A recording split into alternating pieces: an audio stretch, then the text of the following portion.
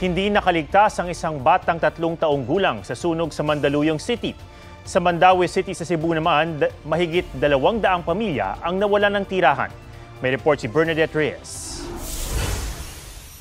Sa drone video na ito, kita ang naglalagablab na apoy sa Zone Talong, Barangay Paknaan, Mandaue City sa Cebu.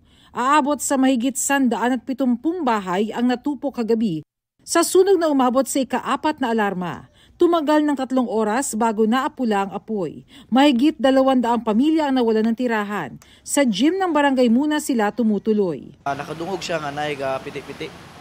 So possible lang mong angle ani is electrical wire, electrical 40 wire. Pero mobalik mi karon sa fire scene para magkuha mi og additional evidence. Lechonan, barracks ng mga trabahador, junk shop at warehouse naman ang nasunog sa J. Rizal Street, Barangay Namayan sa Mandaluyong. Mabilis na binalot ng usok ang mga istruktura na gawa sa like materials. Makalipas ang humigit kumulang 2 oras, tumambad ang labi ng isang batang lalaki. 3 years old na bata po. Anak po siya ng isa sa mga nagtatrabaho sa lechonan. Sinubukan pa raw isalba ng ama ang bata. Yung apoy, parang malakas na eh. Yung tatay ng bata, umakyat doon sa may gilid ng bahay.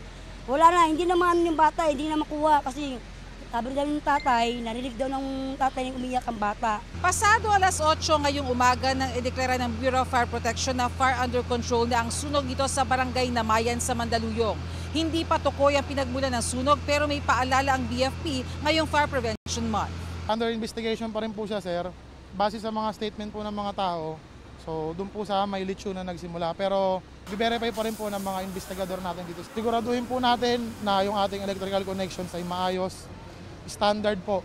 Iwasan po natin ang overload connection, octopus connection, jumper, iwasan din po natin yan.